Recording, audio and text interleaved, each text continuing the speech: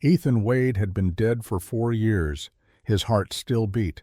His lungs still breathed. His hands still gripped the reins of the mare beneath him. But the man who had loved and laughed and lived, the man who had held his wife Sarah in the warm Montana nights and watched his children sleep in the glow of lamplight, that man died on March 3, 1881, in a sterile room at Kalispell Regional Medical Center while God turned his face away. The wind cut across the valley like a blade carrying snow that stung exposed skin and turned the world into a white void. Ethan barely felt it. Cold was something that happened to living people. He was just going through the motions same as he had for 1,748 days, checking fence posts that did not need checking, fixing wire that was not broken, filling the hours between sunrise and sunset with meaningless tasks because the alternative was sitting in that empty house and remembering. The ranch sprawled beneath him 12 miles south of Whitefish, Montana, a place that had once been home and was now just a collection of rotting wood and rusted metal. The barn sagged under the weight of neglect. The chicken coop leaned at an angle that would have horrified Sarah. The fences, those same fences he rode out to check every day, were more gap than rail. Bess, his mare, picked her way through knee-deep snow with the patience of a creature who understood her rider was not really present. She had been Sarah's horse. Gentle, steady, the kind of animal you could trust with children.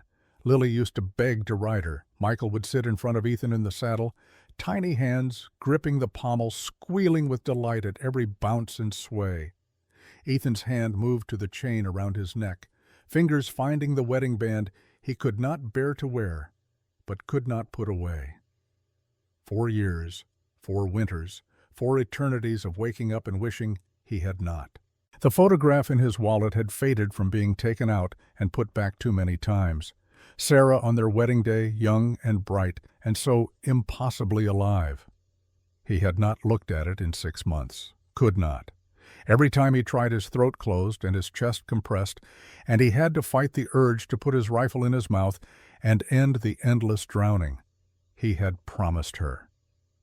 That last day, when the fever had taken everything from her except those final lucid minutes, she had made him swear. "Promise me you will keep living. Promise me you will not give up." He had promised because what else could he do while she died in front of him, their children already cold in the next room, taken by the same disease just hours before? He had lied. Oh, he was breathing, he was moving, but he was not living. Not really. Living required purpose. Living required hope. Living required believing that tomorrow might be different from today. Ethan had none of those things. The rifle across his saddle was loaded. It was always loaded.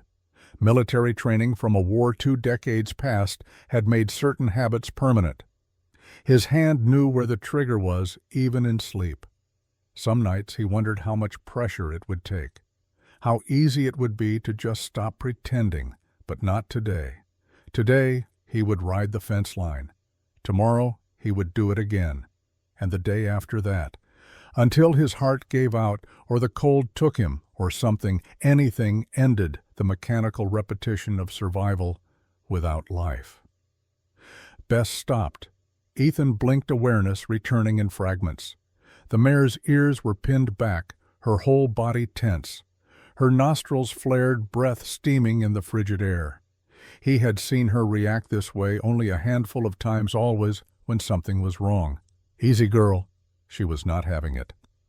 The horse stamped and snorted, head swinging toward the eastern ridge where the old Henderson property sat abandoned. 3 walls and a collapsed roof, a barn that had been left to rot after the family moved to California in '79. Then he heard it, a scream, high and raw and desperate. A child's scream cutting through the howl of wind and the whisper of falling snow like a knife through silk. Ethan's body reacted before his mind caught up. 4 years of numbness shattered in an instant. His heels hit Bess's flanks. The rifle was in his hands. They were moving hooves, pounding through drifts, snow spraying up in white clouds, the world narrowing to a single point of focus. The scream came again, weaker this time, farther away or fading, he could not tell which. Something in that sound reached into his chest and grabbed hold of the dead thing his heart had become. Not a conscious thought, but a visceral response, the same instinct that had made him charge into gunfire at Antietam, the same bone-deep certainty that some things were worth dying for, even when you were already dead inside. The Henderson barn came into view through the snow. 3 walls still standing, one collapsed under the weight of last week's blizzard. No smoke from a chimney that no longer existed. No horses, no wagon, no sign of life. Just that scream not repeating now, leaving only silence and the terrible certainty that he was too late. Ethan threw himself from the saddle before Bess fully stopped. His boots hit frozen ground, and he was running rifle raised, moving toward the gap in the wall where the door used to be. What he found stopped him cold. 6 children, huddled in the corner like a litter of abandoned pups, wrapped in rags and scraps of cloth that could not possibly be keeping them warm. Their lips were blue. Their skin was the color of old parchment. They shook like leaves in a hurricane, small bodies pressed together for heat that was not enough, would never be enough. And standing in front of them, a rusted kitchen knife gripped in both hands, was a little girl. Ethan could not breathe, could not move, could not process what his eyes were showing him, because it was impossible, a hallucination born of grief and guilt, and 4 years of wanting to die. Brown eyes flecked with gold, a pointed chin, dark hair falling across her forehead despite the matted dirt and dried tears. Lily. His Lily. No. No, that was not possible. Lily was in the ground beside her mother, beside her brother. 3 crosses on the hill behind the house. 3 stones Ethan had carved himself because he could not afford proper markers and could not stand the thought of unmarked graves. But this child, this fierce little warrior with her useless knife and her defiant glare, she had Lily's face. The same bone structure, the same way of holding her head, the same fire in her eyes that Sarah had possessed, that had been passed down to their daughter, that was now staring at him from a stranger's body. "Stay back," the girl's voice cracked. "I will cut you. I swear I will."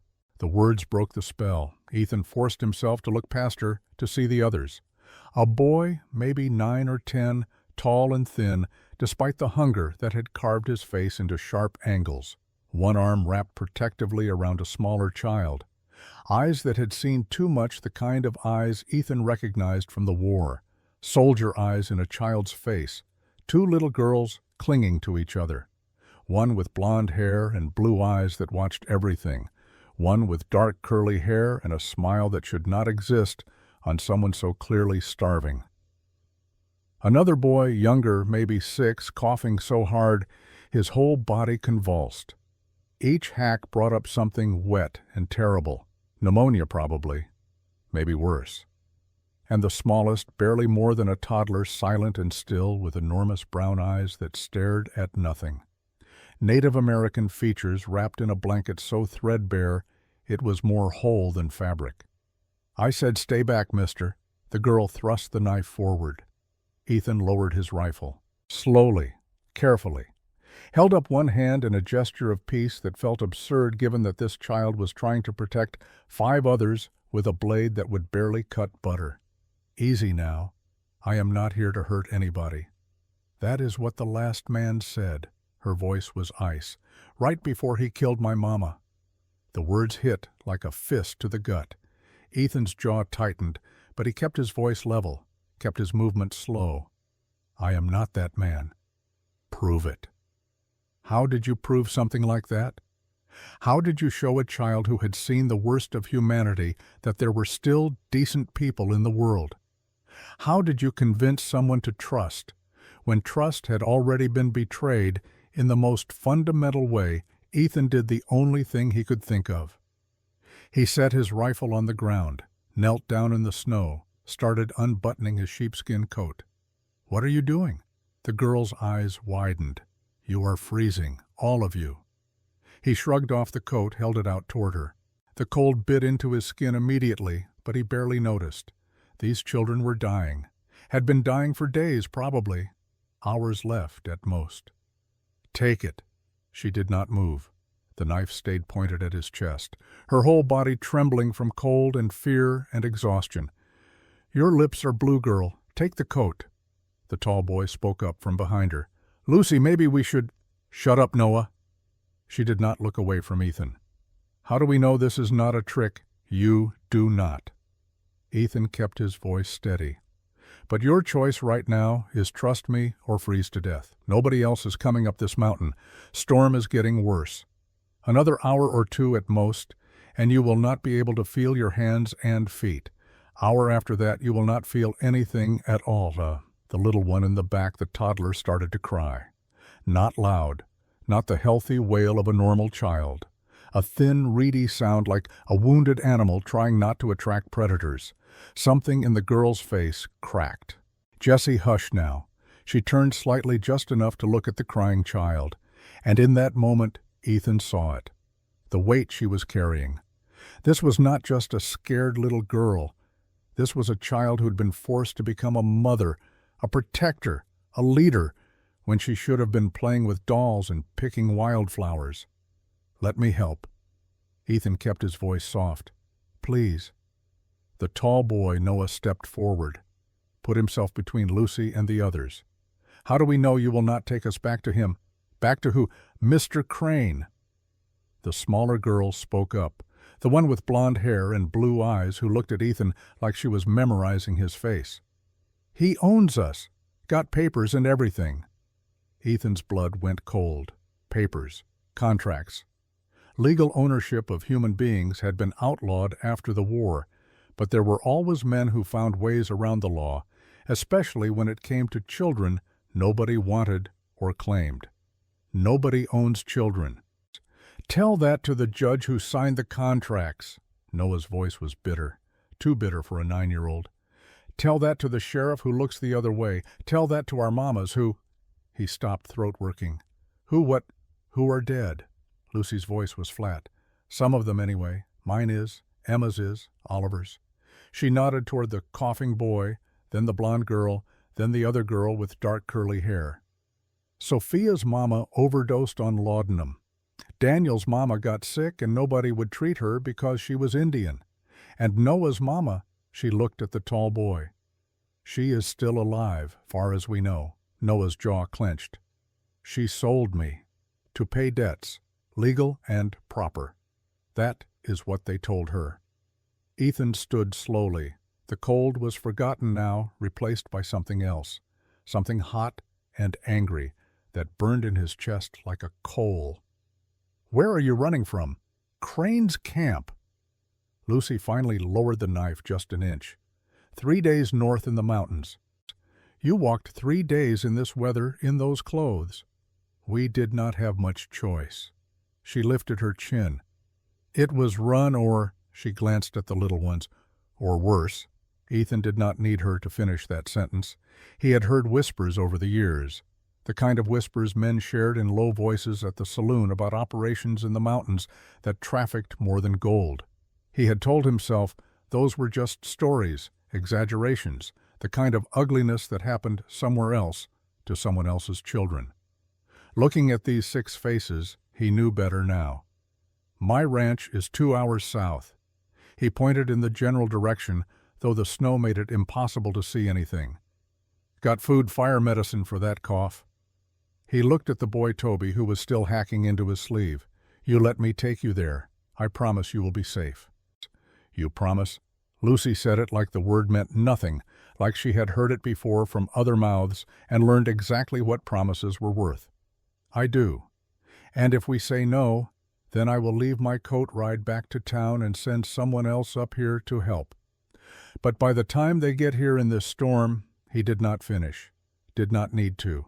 The children looked at each other. Something passed between them, a silent conversation born of shared trauma and desperate necessity. Then Noah stepped forward. If you are lying to us, the boy said, if this is some kind of trap, you should know I killed a man once, one of Crane's men, when he came for Emma. His voice shook, but his eyes did not waver. I hit him with a rock. He went down, did not get back up. So I know what it is like to kill someone. And I will do it again if I have to." Ethan met the boy's eyes, saw the truth there and the horror of it, 9 years old and already carrying that weight. "I believe you," Ethan said quietly, "and I hope you never have to do it again." It took nearly an hour to get them all out of the barn and onto horses. Ethan put the 3 smallest on Bess, with strict instructions to hold on tight. Daniel, Sophia, and Oliver clung to the saddle like their lives depended on it, which they did. Lucy insisted on walking until Ethan pointed out that her feet were wrapped in bloody rags and she was slowing everyone down. She rode behind him on the gelding he had brought for spare, her small arms locked around his waist like she was ready to let go and run at the first sign of trouble. Noah walked, refused to do otherwise. "Somebody has got to keep watch," he said, and Ethan did not argue. The boy had a look about him, the look of someone who had learned to survive by staying alert. Emma, the quiet blonde girl, walked too, stayed close to Noah, one hand always touching his sleeve like she needed the contact to feel safe. They did not talk much. The wind made conversation difficult, and besides, what was there to say? These children had been through things Ethan could not imagine. He was still a stranger. Trust would come with time if it came at all. The ranch appeared through the snow just as the light started to fade. Ethan heard Sophia gasp, saw her pointing at the smoke rising from the chimney. "Is that a real house?" "It is, with a real fire, the realest." "And food?" Oliver's voice was barely a whisper between coughs. "You said there would be food. All you can eat." He dismounted first, then reached up for the children. One by one they slid down into his arms. Grace light as a feather and still somehow smiling. Toby burning with fever, his small body limp. Jessie clutching a ragged blanket and looking at Ethan with eyes that held no expression at all. Lucy came last. She hesitated, then let him lift her down. When her feet hit the ground, she winced, and Ethan saw fresh blood seeping through those rag wrappings. "Inside," he said. "Now." The house hit them like a wave, warm air, the smell of wood smoke, the simple presence of walls and a roof and safety. Sophia started crying immediately, great gulping sobs of relief. Oliver collapsed onto the nearest chair, still coughing. Emma stood frozen in the doorway, tears streaming down her face, though she made no sound. Noah kept himself together by sheer force of will. Ethan could see it in the rigid set of his shoulders, the way his jaw was clenched so tight it had to hurt. And Lucy. Lucy walked through the room slowly, touching things. The table, the stove, the curtains at the window, like she was making sure they were real. "Whose house is this?" she asked. "Mine. You live here alone." "I do now." She looked at the second door, the one that led to the back rooms. "What is in there?" Ethan hesitated. He had not opened those doors in 3 years, had not been able to face what was behind them.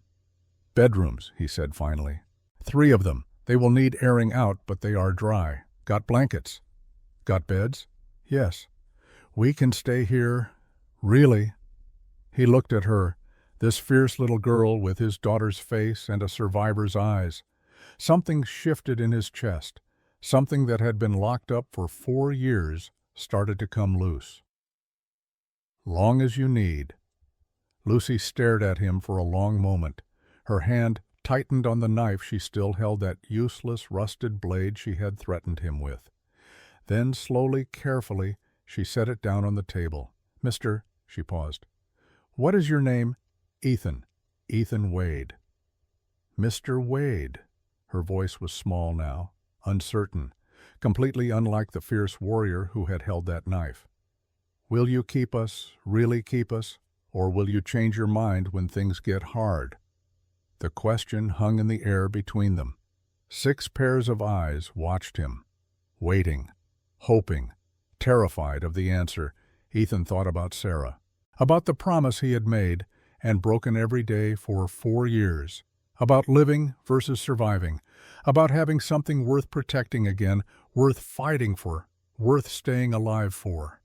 He knelt down, bringing himself to Lucy's eye level. "I do not know what is coming," he said. "I do not know who this Mr. Crane is or what he is capable of. But I know this. You 6 walked through hell to get here. You survived when you should not have. You protected each other when nobody else would. That takes more strength than most men twice your age possess." He paused, making sure she was really hearing him. "So yes, I will keep you, for as long as you need. And if this Crane comes looking, he will have to go through me first." Lucy's eyes filled with tears. She blinked them back furiously, trying to hold on to that fierce mask. "You do not even know us." "No," Ethan agreed, "but I know what it is like to be lost, to need someone to show up. 4 years ago, I lost everything that mattered. My wife Sarah, my daughter Lily, my son Michael. Since then, I have been going through the motions, waiting to die without having the courage to do it myself." He touched her shoulder gentle, as he could manage with hands that had forgotten tenderness. "Then I heard you scream, and something in that sound, I could not ignore it.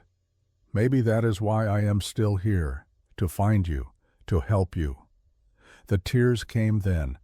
Lucy tried to stop them, tried to be strong, but she was 8 years old, and she had carried too much for too long. She stepped forward and wrapped her thin arms around Ethan's neck. Ethan froze. He had not been hugged in 4 years, had not held a child since Lily, had not felt that particular weight of small arms trusting him to keep them safe, believing in him when he did not believe in himself. Then he hugged her back, gently, carefully, like she might break. "You are safe now," he said into her hair. "I promise. Do not make promises you cannot keep. This one I can." The night passed without sleep. Ethan sat in the chair by the fire rifle across his knees, watching shadows dance on the walls and listening to the sound of 6 children breathing. It was a sound he had not heard in 4 years. The soft rhythm of sleep, the occasional whimper or shift of position, the simple proof that small hearts were still beating. Every creak of the house made his hand tighten on the rifle. Every gust of wind brought him to full alertness. Someone was looking for these children. This Crane, whoever he was, had papers, legal claim, and men willing to hunt through a blizzard to retrieve what he considered property.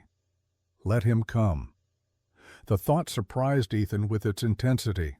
4 years of wanting to die, and now suddenly he had something worth killing for. 6 somethings sleeping in rooms that had been tombs of memory until tonight. Dawn came gray and cold through frost-covered windows. Ethan had not moved from the chair, had not even blinked, it seemed. His shoulder ached from the old war wound that always flared up in winter. His eyes burned from staying open, but he was awake, alert, ready. The first child to emerge was the smallest girl, Sophia, the one with dark curls and that impossible smile. She appeared in the doorway wearing one of Sarah's old nightgowns, the fabric pooling around her tiny feet, and for a moment she just stood there staring at him. Then her face crumpled, and she burst into tears. Ethan was on his feet instantly, rifle forgotten, moving toward her with the kind of panic that only a crying child could induce. "What is wrong? Are you hurt? Did someone—" She shook her head violently and ran straight into his arms, sobbing so hard her whole body shook. He caught her awkwardly, unused to the weight of a 5-year-old, unsure where to put his hands. "Sweetheart, talk to me. What happened? It is not a dream." The words came out between gasping sobs. I thought when I woke up, I would be back there, in the cold, in the dark. But I am here. I am still here with you." Understanding crashed over him. These were not tears of sadness. This was relief so overwhelming it had nowhere to go except out. "Yes." He patted her back, the motion feeling foreign and familiar all at once. "You are here. You are safe." "My mama said I would find somewhere safe." Sophia pulled back just enough to look at his face, her eyes red and swimming. "Before she went to sleep and did not wake up, she said I would find someone good. Angels disguised as people." Ethan's throat closed. He thought about the hours he had spent wishing for death, the loaded rifle, the proximity of oblivion. If he had pulled that trigger even once in the past 4 years, he would not have been on that fence line, would not have heard the scream. These children would have frozen in that barn. I am no angel's sweetheart. That is what angels always say. The others came out one by one. Grace, the blonde girl with observant blue eyes, moving silently to stand beside Sophia. Toby coughing into his sleeve, each hack sounding wetter and more dangerous. Noah already dressed, already alert, positioning himself near the door like a sentry. Emma watching everything, saying nothing, her presence a quiet weight in the room. Lucy emerged last, carrying Daniel on her hip. The toddler's face was buried against her neck, his small fist clutching that ragged blanket. Ethan made breakfast. Eggs from chickens he had almost sold last month, bacon from the pig he had slaughtered in the fall, biscuits from flour he had bought in town 3 weeks ago when going to town still felt like a chore instead of a lifeline. The children ate like they had forgotten how. Not fast, but methodical, purposeful. The eating of people who had learned that food was never guaranteed, that every bite might be the last for days. Toby stared at the bacon on his plate like it was something from a dream. I have not had bacon since, he trailed off, trying to remember. Could not.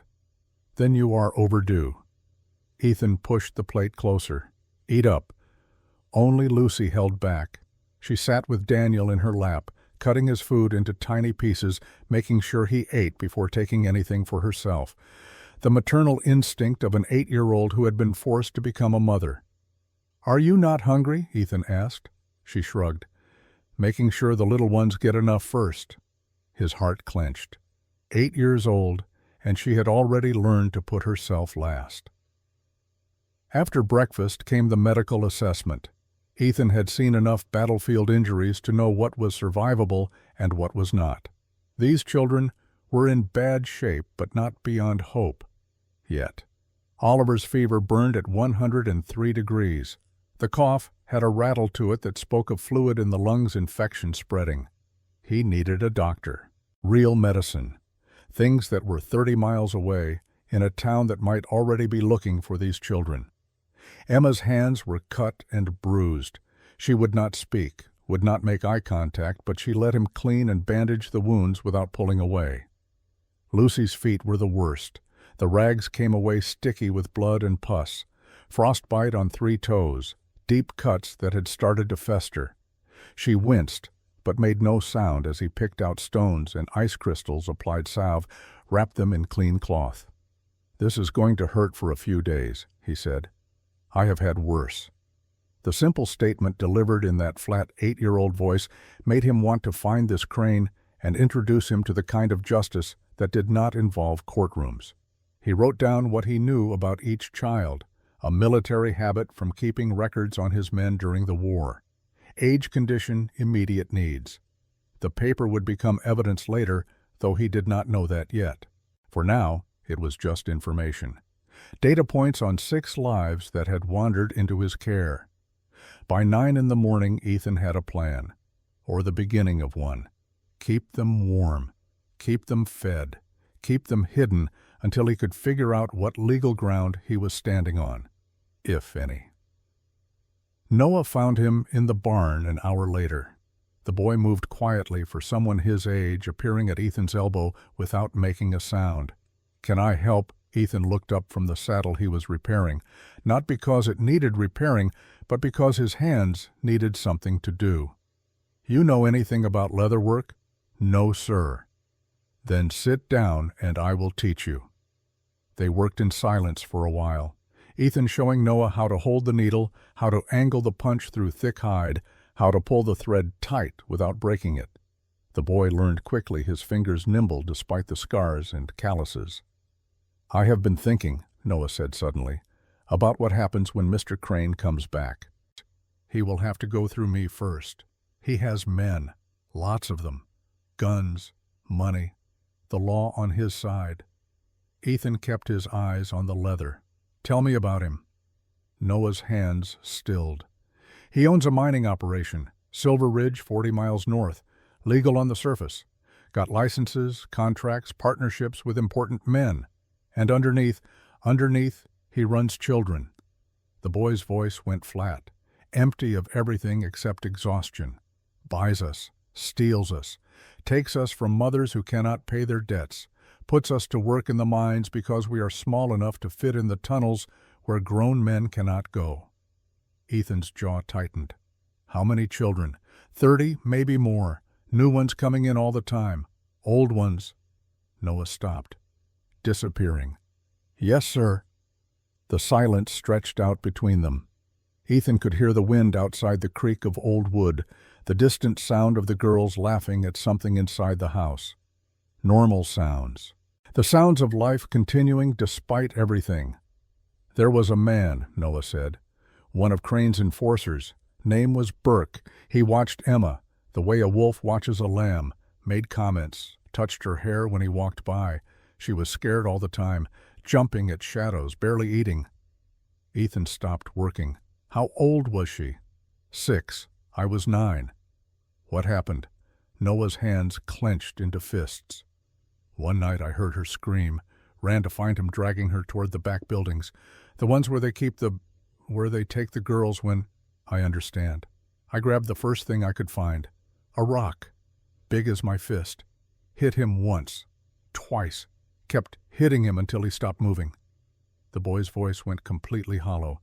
Then I grabbed Emma, and we ran. Found Lucy and the others, just kept running. Ethan set down the leather, looked at this child who had been forced to become a killer at 9 years old. What you did was not murder. I took a life. Sometimes that is the same as saving one. Ethan's voice was firm, certain. A man comes for a child with evil intent, and you stop him. That is not a sin. That is justice. It does not feel like justice. No, it never does. Ethan leaned back against the barn wall.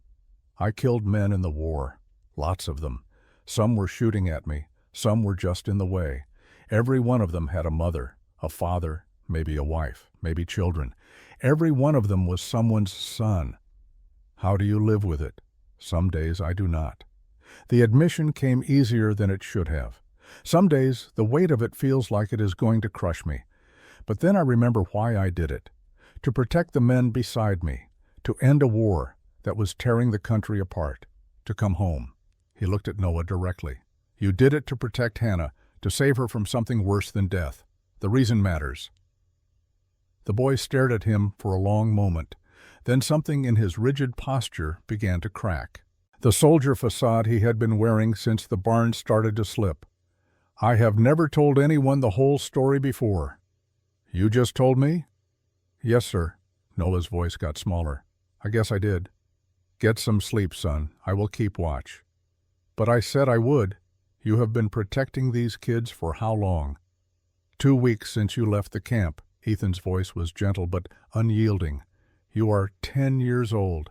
You have been the man of this group for 2 weeks. That is enough.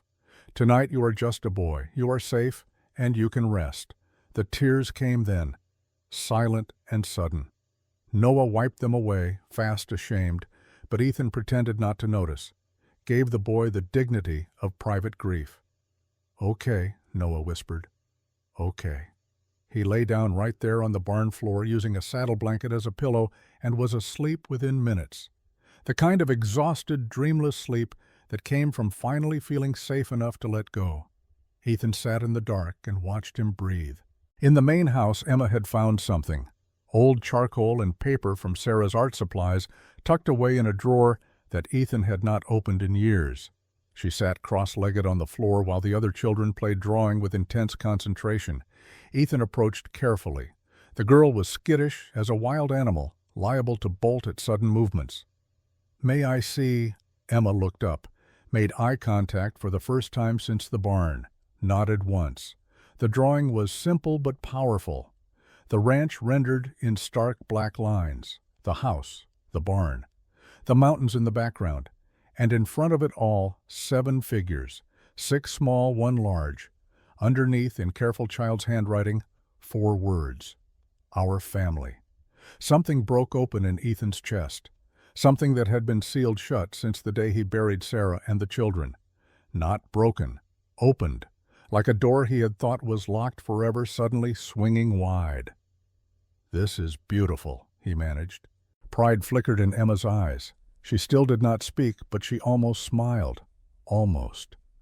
"That is us," she whispered. So quiet he almost missed it. "Our family." Ethan could not respond, could not trust his voice. He just nodded and very carefully took the drawing. Hung it above the fireplace where everyone could see it, right in the center of the room. When he turned back, Lucy was watching him. Something passed between them. An understanding. These were not temporary guests. This was not a rescue operation with an expiration date. Something fundamental had shifted. In the kitchen that evening, Lucy helped him prepare dinner. She stood on a stool to reach the counter, still favoring her injured feet, still carrying Daniel when he fussed. "You have to eat too," Ethan said, watching her portion out food for the younger children first. "Just making sure there is enough." "There is plenty, more than enough." She looked at him with those old eyes. "Adults always say that. Then the food runs out."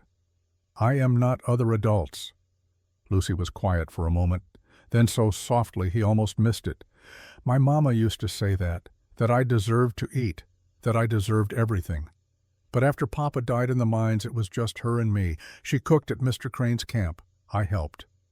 "What happened?" Her voice went completely flat. The tone of someone who had cried all the tears they had and now could only recite facts. "Mr. Crane started looking at me, saying I was pretty, saying I would be worth a lot of money. Mama heard, she got scared, tried to leave, but he said we owed him for food and shelter. The only way to pay was for Mama to sign a contract. Give me to him. Did she sign? She said she would die first." Lucy's hands stilled on the knife she was using to cut bread. "So he beat her. Made me watch. Said it was a lesson about what happens when people say no to him. Mama grabbed a knife, tried to fight back." Her voice cracked.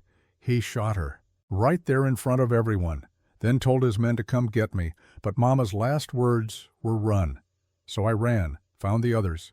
We stuck together." Ethan knelt down to her eye level. "Lucy, listen to me. What happened to your mama was not your fault. If I was not pretty, if I was ugly or plain, Mama might still be alive." "No."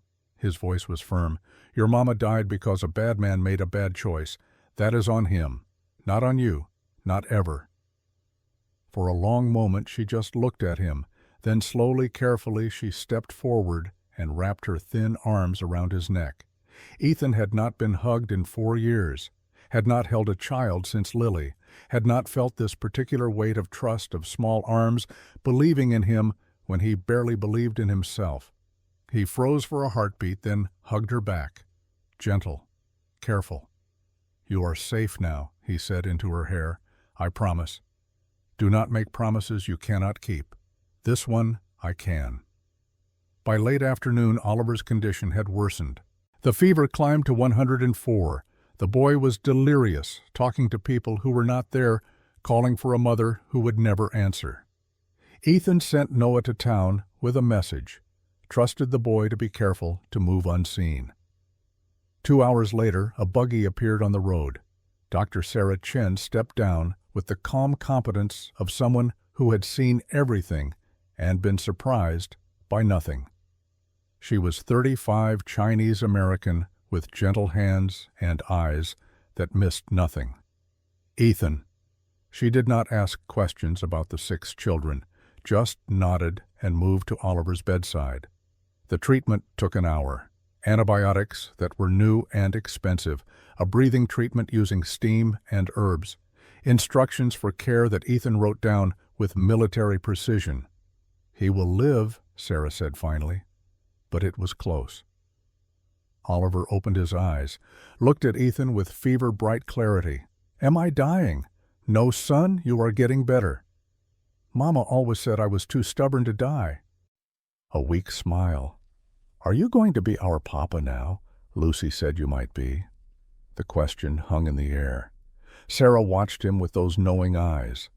The other children had gathered in the doorway, listening. Ethan could not answer, not yet. The word papa carried too much weight, too much hope, too much possibility for failure. "Rest," he said instead. We will talk when you are stronger. Promise you will not leave. I promise." After Sarah left, after the children had been fed and put to bed, after Noah had taken up his self-appointed position by the door, Ethan sat alone in the dark. The attack came at 1:45. No warning, no sound, just the sudden absence of Deputy Webb's check-in from the perimeter. Then a silenced gunshot that Ethan heard more as a feeling than a sound. His hand found the rifle before his mind fully processed the threat. He was moving, shouting for everyone to get down, when the first shot shattered a window. 8 men, moving in the darkness. Victor Crane's enforcers come to retrieve what their employer considered stolen property. Ethan returned fire, saw 1 man fall. The deputies who had been sleeping in the guest room burst out armed and ready.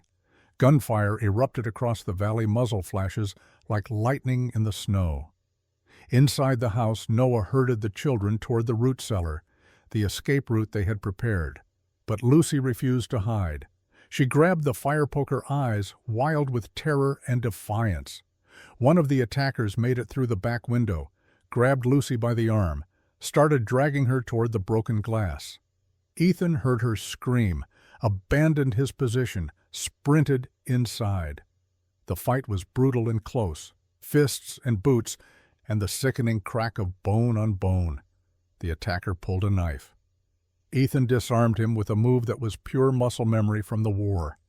Beat the man unconscious with his bare hands. Outside, Sheriff Garrett and his deputies pushed the remaining attackers back. 3 men captured. The rest fled into the darkness. In the aftermath, with the children crying and the house shot full of holes, one of the wounded attackers smiled through bloody teeth. "You think you won, Crane is coming with 20 men, and next time you will not be so lucky." Ethan looked down at the 6 children huddled together. 4 years ago he had nothing to live for. Now he had 6 reasons to fight, and God help him, he would kill every last one of them before he let these children be taken. Sheriff Daniel Garrett arrived at dawn with 8 men and a wagon full of supplies. Ethan watched from the porch as the small convoy wound its way up the valley road, horses straining through snow that had fallen fresh overnight. The sheriff was a large man, barrel-chested and gray at the temples, with the kind of face that had seen too much and still chose to care anyway. They had served together. Antietam, Gettysburg, that long bloody march through Virginia that neither of them spoke about anymore. Garrett had saved Ethan's life twice. Ethan had returned the favor once. The kind of debt that did not get called in because it was never really owed in the first place. Just brothers looking out for brothers. "Wade," Garrett dismounted with the stiffness of a man past 50 who had spent too many hours in the saddle. "Got your message, came as fast as we could. Appreciate it." "Where are they?" Ethan gestured toward the house. Through the window, 6 small faces peered out.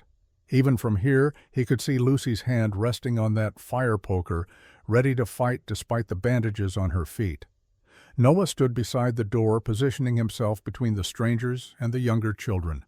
Always the guardian, always on watch. Garrett's expression shifted as he took in the children. Something hardened around his eyes. How old? 3 to 10. Sweet Jesus. And the sheriff removed his hat, ran a hand through thinning hair. Victor Crane's operation, that is what they tell me. I have been trying to nail that bastard for 5 years. Garrett's voice carried the weight of failures that still burned. Every time we get close, witnesses disappear. Evidence vanishes. Judges suddenly remember they have conflicts of interest. He has reach. He has money. Same thing in Montana. The sheriff replaced his hat, adjusted the gun belt around his considerable waist. But this time we have witnesses, 6 of them, if they will testify. Through the window, Emma was drawing, always drawing, creating a record in charcoal of things too terrible for words. Sophia sat close to her, that impossible smile, flickering like a candle in wind. Daniel remained silent, wrapped in his ragged blanket, watching the world with eyes that had seen too much and said nothing. "They will testify," Ethan said, "when the time comes." Garrett's men set up a perimeter. 2 on the ridge, 2 in the barn, 2 rotating shifts so nobody went too long without sleep. Professional military. The kind of preparation that said this was not Garrett's first time protecting witnesses from men with money and malice. Inside, the children watched with the wariness of animals who had learned that uniforms did not always mean safety. Lucy kept that poker close. Noah positioned himself near the window. Even Sophia's smile dimmed a little. "They are scared," Sarah said quietly. She had stayed the night tending to Oliver, checking the others for signs of illness or injury that might have been missed. Now she stood beside Ethan in the kitchen watching the children watch the deputies. "They have reason to be. So do you." She looked at him with those knowing eyes. "When was the last time you slept? I will sleep when they are safe." "Ethan, I am fine." He was not fine. His hands shook when he thought no one was looking. His heart raced at every unexpected sound. The old war nightmares had come back with a vengeance, mixing with new fears, until he could not tell the difference between memory and premonition. But he was awake, alert, ready. That would have to be enough. The confrontation came on the second day. 10 riders appeared on the southern ridge just after noon. They did not approach immediately, just sat there on their horses, black silhouettes against white snow, a message delivered without words. "We are here. We are watching. We are not leaving." Garrett studied them through field glasses. "That is Victor Crane himself, center, black coat, black horse." Ethan took the glasses. The man in the middle sat with military posture, spine straight, chin high. Everything about his bearing said authority, control, someone accustomed to being obeyed without question. "He wants to talk," Garrett said. "Let him talk to my rifle. If we shoot first, we are the criminals. Let him make his move. Let him be the one who breaks the law in front of witnesses." The riders came down slowly, spread out in a line like a cavalry formation. When they were 50 yards from the house, they stopped. Victor Crane nudged his horse forward alone, hands visible, no weapon drawn. The picture of civilized negotiation. Ethan stepped out onto the porch, rifle held casual but ready, Garrett beside him. The deputies at their posts, watching the other 9 riders for any sudden movement. "Mr. Wade." Crane's voice was smooth, educated, the kind of voice that belonged in boardrooms and courtrooms, not on a Montana mountainside. "I believe you have something that belongs to me. I have 6 children who belong to themselves." Legal semantics. Crane produced a sheaf of papers from inside his coat, held them up for everyone to see. "I have contracts, signed by parents and guardians, witnessed, filed with the territorial office. These children are legally bound to me until their terms of service are complete." Terms of service. Ethan let the words sit there. "Is that what you call it?" "I call it what it is, a legal arrangement between consenting parties." The children did not consent. Their guardians did. That is how the law works, Mr. Wade. I am sure you understand. Garrett stepped forward. "I am Sheriff Daniel Garrett, Flathead County. Mr. Crane, I am going to have to ask you to take this matter up with the courts." Crane's smile never wavered.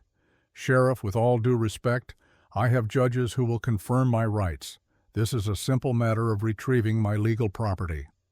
"Those children are not property." "Perhaps you should read Montana territorial law on labor contracts. I think you will find my position quite sound." Behind Ethan, the door opened. Lucy stepped out, still wearing bandages on her feet, still carrying that fire poker. Her voice cut across the frozen air like a blade. "You killed my mama." Crane looked at her, really looked. And for just a moment something flickered across his face. Recognition. Calculation. A predator assessing prey. "Your mother made unfortunate choices. I am offering you something better. Food, shelter, purpose. You are offering slavery. I am offering opportunity." Crane's tone remained pleasant, reasonable. "Come back peacefully, all of you, and there will be no consequences. You will return to your assigned work. This unfortunate incident will be forgotten. And if we refuse, Ethan's hand tightened on the rifle, then I will be forced to pursue legal remedies. Sheriffs in other counties, federal marshals. I have resources, Mr. Wade, considerable resources. You have a ranch that is mortgaged to the breaking point and 6 children you cannot legally claim. The words landed like blows because they were true. Ethan had no legal standing, no paperwork, no claim except moral outrage, which counted for nothing in a courtroom. I am prepared to be generous, Crane continued. $500 for your trouble. You hand over the children. I forget this happened. You go back to your quiet life. Nobody gets hurt. $500, more money than Ethan had seen in 5 years. Enough to save the ranch, enough to repair what time and grief had broken. Blood money. Every cent soaked in the suffering of children. Go to hell, Crane's smile finally faded. I was hoping you would say that. It makes what comes next so much simpler. He raised one hand. His men started forward. Everyone down, Ethan shouted. The first shot came from Crane's side, wild and high, splintered the porch rail. Ethan returned fire, saw one rider jerk and fall. The deputies opened up from their positions, and suddenly the valley was full of noise and smoke and chaos. Ethan moved without thinking, old instincts from the war. Fire, chamber, a new round. Fire, find cover, keep moving. Do not let them pin you down. A bullet whined past his ear. Another punched through the barn door behind him. He dropped 2 more men. Saw Garrett take down a third, but there were too many. They were being overrun. Then from inside the house came a sound that turned his blood to ice. A child screaming. Ethan sprinted for the door, burst through, and found chaos. One of Crane's men had come through the back window. He had Oliver by the arm, was dragging the sick boy toward the broken glass while the child fought and coughed and screamed. Noah was on the floor, blood streaming from a cut on his head.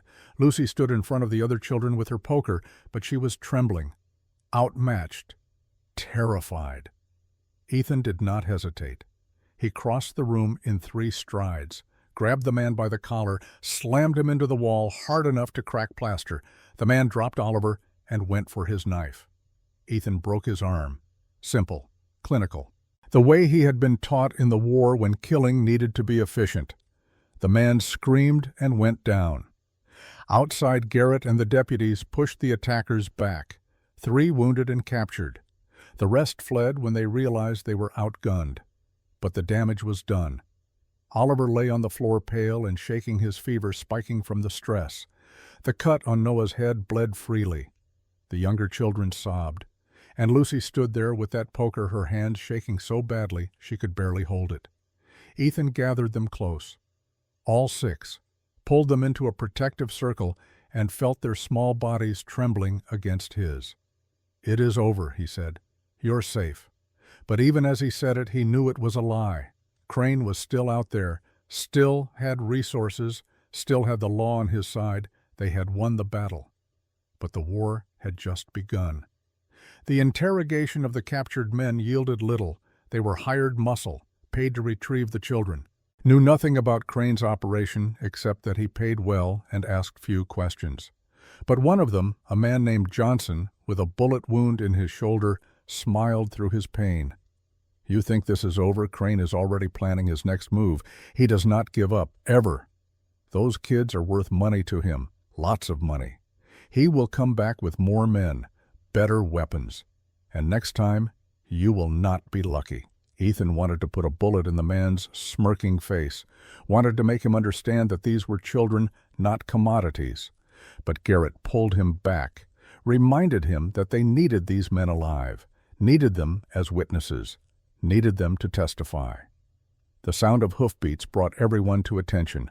A single rider approaching fast, not from the direction Crane had fled, but from the north, from town. The man who dismounted was young, mid-20s, well-dressed, and he wore a deputy's badge. "Marcus Crane," he introduced himself, looked at Garrett, at Ethan, at the house where 6 small faces watched from the windows. "I am Victor Crane's nephew, and I need to talk to you about what my uncle is doing." Ethan's hand went to his rifle. Another crane, another threat. But Marcus held up his hands, showed them a leather satchel bulging with papers. "I have documents, ledgers from my uncle's operation, names of 47 children who have passed through his camp in the last 8 years. 19 of them are marked as terminated." The word hung in the cold air. Terminated. A business term for murder. "Why should we trust you?" Garrett's voice was hard. "Because I cannot live with it any more." Marcus's composure cracked. "I looked the other way, told myself it was not my business, that my uncle knew what he was doing. But last night I found the real records, the ones he keeps hidden. Children dying in the mines, being sold to men who—" He stopped, could not say it. "Your uncle tried to take these children by force an hour ago." "I know, I heard. That is why I am here." Marcus looked at the house again, at Lucy standing in the doorway with her poker. "One of those children in there. Her name is Lucy." "It is. My uncle shot her mother in front of her. I was there. I did nothing. I am a coward and a criminal, and I deserve whatever punishment is coming. But first, I need to help you stop him." The documents were damning. Page after page of evidence. Children bought and sold. Payments to corrupt officials. Death certificates listing accident or illness when the real causes were negligence, abuse, or outright murder. "This is enough to put him away forever," Garrett said, flipping through the ledgers. "Federal charges, trafficking, fraud, murder. He has connections in Washington, politicians who owe him favors. This will be a fight. Then we fight." Ethan looked at Marcus. "But we do not just defend, we attack. We go to his camp, we rescue the other children, we tear his whole operation down." "That is illegal," Garrett said. "I cannot sanction a raid without a warrant." "Then do not sanction it. I will go alone." "Like hell you will." Garrett studied the map Marcus had drawn of Silver Ridge Camp. "If a concerned citizen and a confidential informant were to stumble upon a crime in progress, I would have no choice but to respond with force." Marcus pointed to the map. "There are 34 children still at the camp, ages 4 to 14. They work 12-hour shifts in the mines, sleep in shacks with no heat. My uncle keeps them compliant through fear and starvation." Lucy appeared at Ethan's elbow. She looked at the map, at the drawings of buildings she knew too well. "The records office is here," she pointed, "where he keeps everything. Guard rotations change at dawn and dusk. That is when they are most distracted." "You are not going," Ethan said. "I can draw you better maps, show you where the guards stand, where the children sleep. I know that place better than anyone." Over the next 2 days, they planned. Marcus provided the layout. Lucy and Noah filled in details. Garrett coordinated with federal marshals who were already investigating Crane but lacked enough evidence for a warrant. On the morning of the 3rd day, Ethan stood in the barn with his rifle and watched the children sleep. Sophia curled against Emma. Oliver's breathing finally even and strong. Daniel clutching his blanket. Noah by the door even in sleep. And Lucy, fierce Lucy, who had survived more than most adults could imagine. Sarah found him there as dawn broke. "You are really going to do this?" "I have to. There are 34 more children up there, living the hell these 6 escaped." "You could die." "I could." He did not look away from the sleeping children. 4 years ago I wanted to. Now I have something worth living for, worth fighting for. Funny how that works." She took his hand, squeezed it gently. "Then come back. They need you. And," she paused, "I need you too." He looked at her then, really looked. Saw something in her eyes that he had not allowed himself to see before. Hope. Possibility. A future that was not just grief and memory. "Sarah, just come back." At noon, Ethan Marcus and 4 of Garrett's best men mounted up. They would ride through the night, reach Silver Ridge at dawn.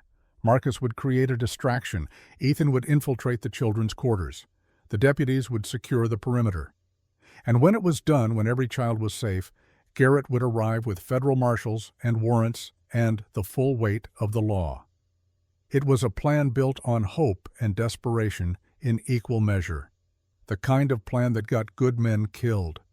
But as Ethan rode away from the ranch, he thought about Lucy's face when he first saw her, about Noah's confession, about Emma's drawing, about Oliver asking if he would be their papa, about Sophia's impossible smile, about Daniel's silence. He thought about Sarah's hand in his, about the promise he had made to his dying wife to keep living, about second chances that came when you least expected them. He thought about the 34 children still trapped in that mountain hell, and he knew with the certainty that came from finally having purpose again that he would bring every last one of them home or die trying. The snow fell soft around them as they rode north into the gathering darkness. Behind them, 6 children slept safe and warm. Ahead, 34 more waited for rescue they did not know was coming. Ethan Wade had been dead for 4 years. But somewhere in the blizzard, in the scream of a little girl with his daughter's face in the trust of 6 broken children, he had found something worth living for. Now he would fight to keep it. The ride north took 14 hours through terrain that wanted them dead. Ethan and his small company moved in single file through darkness so complete it felt solid. Marcus Crane led the way, his horse picking a path through snow that reached the animals' chests in places. The wind cut like razor wire. The cold was a living thing that crawled inside clothing and gnawed at exposed skin. Nobody spoke. Sound carried strange in the mountains, and Silver Ridge Camp was still 10 miles away when the sun began its slow crawl toward the eastern peaks. Ethan had not slept in 3 days. His eyes burned. His hands ached from gripping the reins. The bullet wound in his shoulder from the war throbbed with each heartbeat, a reminder that his body was not what it used to be. 39 years old and feeling 60, but alive, present, fighting for something that mattered. He thought about Lucy standing on the porch as they rode out. She had not cried, had not begged him to stay, just looked at him with those 2 old eyes and said 5 words that cut deeper than any blade. "Come back. You promised us." He had promised. And Ethan Wade did not break promises anymore, not after 4 years of breaking the most important one he had ever made. Marcus raised his hand. The company stopped. Through the pre-dawn gray lights flickered in the valley below, the camp. It looked like a prison. High wooden walls, guard towers at each corner, buildings arranged in rigid rows like a military installation. Smoke rose from a dozen chimneys, the only sign of warmth in a landscape designed to crush hope. "The children's quarters are on the west side," Marcus pointed. 4 shacks. No heat. No real beds. They sleep on straw. Guards, 18 men total, 12 on duty at any time. They rotate at dawn and dusk. Right now they are at their laziest. Cold, tired, thinking about breakfast. Deputy Harrison, a young man with steady hands and steadier nerve, studied the camp through field glasses. "I count 4 visible guards, 2 on the towers, 2 walking perimeter. The others are inside, sleeping or eating." Marcus dismounted, checked his rifle. "I will create the distraction exactly as we planned.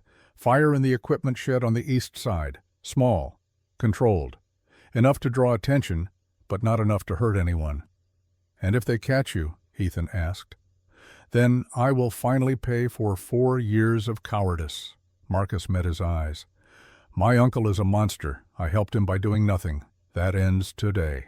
The plan was simple. Simplicity was good. Complicated plans fell apart when bullets started flying.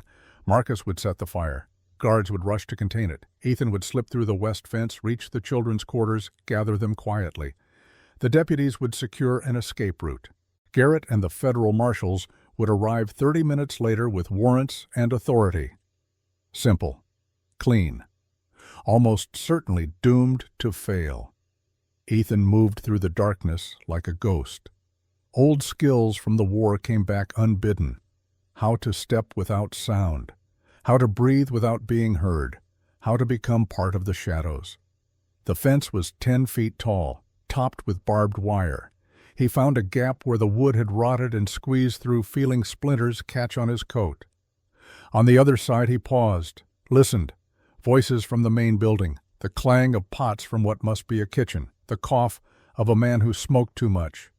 Normal sounds, the sounds of a camp waking up to another day of normalized evil. The children's quarters were worse than Marcus had described. Not shacks, hovels, walls so thin that frost formed on the inside. No windows, doors that did not close properly. The smell hit him first. Unwashed bodies, sickness, fear that had soaked into the wood itself. Ethan eased the first door open. Darkness, the sound of breathing. Small bodies huddled together for warmth. He counted 8 children, ages that ranged from maybe 5 to 12, all asleep, all so thin their bones showed through skin. "Wake up," he whispered, "but stay quiet."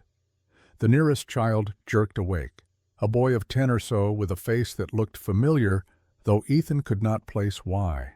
The boy's eyes went wide, his mouth opened to scream. Ethan raised one hand, palm out, the universal gesture for peace. "My name is Ethan Wade. Lucy Bennett sent me." The boy froze. "Lucy, she is alive. She is safe, warm, fed, and I am here to take you to her. You are lying. Nobody comes for us. Nobody ever comes." From the straw another child sat up, a girl of 6 or 7 with blonde hair so matted it looked like felt. "Thomas, what if he is telling the truth? He is not. They never are." Ethan knelt down, pulled out the drawing Emma had made, the one showing the ranch, the family. He unfolded it carefully in the dim light.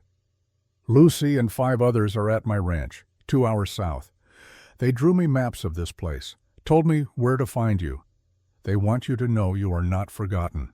You are not abandoned." Thomas stared at the drawing. His hand reached out, touched the charcoal lines like they might disappear. "Is this real?" "It is real. And if you stay quiet and trust me, you can see it yourself." The decision rippled through the room. 8 children rising from straw beds, moving with the practiced silence of people who had learned that noise meant punishment. They were so thin, so frail. Some limped, some coughed. All of them carried the weight of suffering that should not exist. Ethan moved to the second shack, then the third, then the fourth.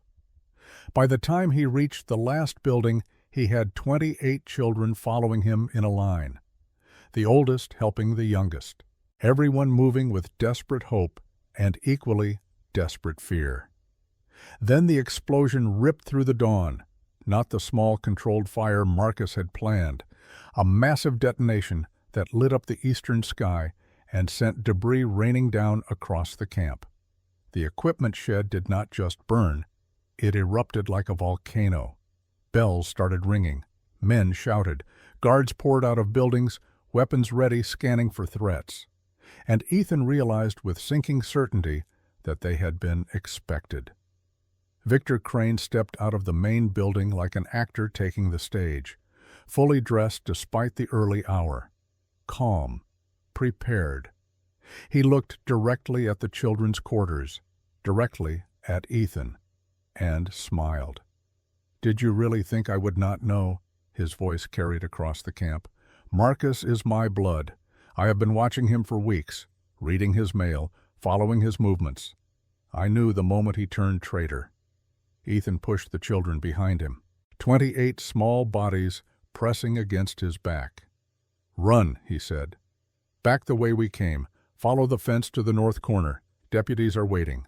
"What about you?" Thomas asked. "I will be right behind you. Go, now." The children ran. Ethan turned to face the advancing guards, raised his rifle. "You are trespassing on private property, Mr. Wade." Crane walked closer, casual, confident. "Attempting to steal my legally contracted laborers. That is a hanging offense in Montana. Those are children, not laborers." "Semantics." Crane gestured, and his men spread out. A dozen rifles pointed at Ethan's chest. "Drop your weapon. Come quietly. I am prepared to be merciful." Ethan thought about Lucy's face. about Noah's confession, about Emma's silence, about Oliver's fever, about Sophia's impossible smile, about Daniel's trust. He thought about Sarah's hand in his, about the promise he had made, about 6 children sleeping safe at his ranch who believed he would come back. No. The first shot came from behind the main building, not from Crane's men, but from Deputy Harrison, providing covering fire from his hidden position. The bullet took down the guard closest to Ethan. Chaos erupted. Ethan ran, not toward safety but toward the children. They were too slow, too weak, too exposed. He could see them struggling through the snow, the smallest ones falling, the older ones trying to help. A little girl stumbled, 5 years old maybe, dark hair, eyes too big for her face. She fell hard and did not get up. Ethan reached her in seconds, scooped her into his arms, felt her tiny body trembling. The bullet hit him from behind. White-hot pain exploded through his left side. The impact spun him around. He fell to his knees, still clutching the little girl, using his body to shield her from the shooters. Blood, hot and wet, spreading across his shirt. He could feel the exit wound. Through and through. Probably missed vital organs, but he was losing blood fast. Too fast. The little girl looked up at him. "Are you okay, mister?" "I am fine." The lie came easy. "Keep running. That way. Do not stop." She scrambled away. Ethan tried to stand, failed, tried again. His left leg would not support weight. Something was wrong. The bullet must have clipped something important on the way through. Through the smoke and chaos, he saw Thomas, the 10-year-old boy who had not trusted him at first, coming back, running toward him instead of away. "No," Ethan shouted. "Get to safety." "I am not leaving you." Thomas ducked under Ethan's right arm, took his weight, started dragging him toward the fence. More gunfire. The deputies had opened up from multiple positions now. Garrett's voice boomed from somewhere close, ordering Crane's men to stand down. Federal marshals poured through the main gate. 20 men in dark uniforms with rifles and authority.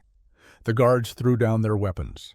The battle that had seemed hopeless seconds ago shifted in an instant, but Ethan barely noticed. The world was going gray at the edges. Blood loss. Shock. The cold that had been uncomfortable before now felt almost warm. Almost comfortable. Thomas kept pulling him forward. A 10-year-old child who probably weighed 70 pounds trying to drag a full-grown man through knee-deep snow. "Almost there, Mr. Wade. Almost there."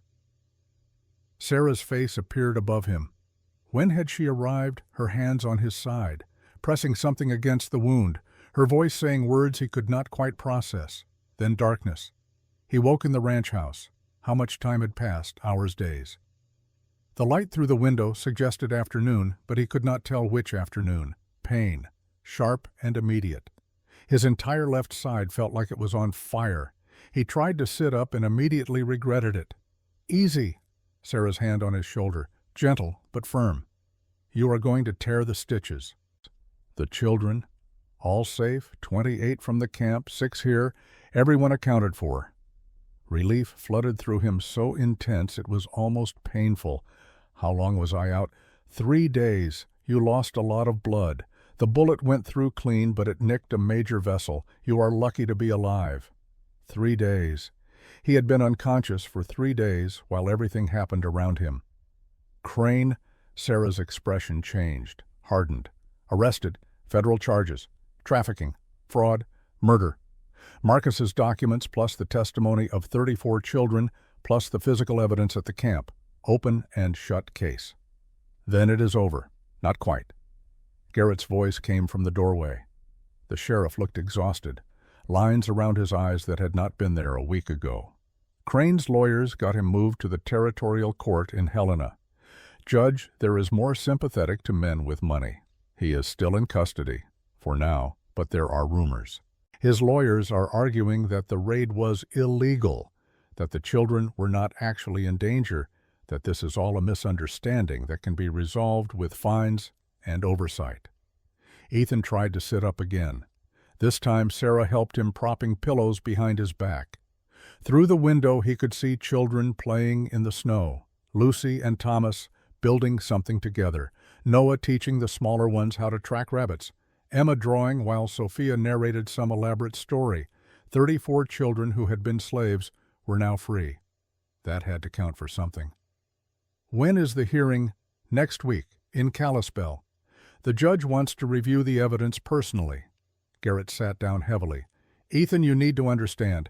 Crane has resources, connections, the kind of influence that makes evidence disappear and witnesses change their minds. Then we make sure they do not change their minds. These are children, traumatized children. Putting them on a stand, making them relive everything in front of the man who hurt them. Garrett shook his head. Some of them might not be able to do it. Through the window, Lucy looked up, caught Ethan's eye, smiled. A real smile. The first genuine expression of happiness he had seen from her.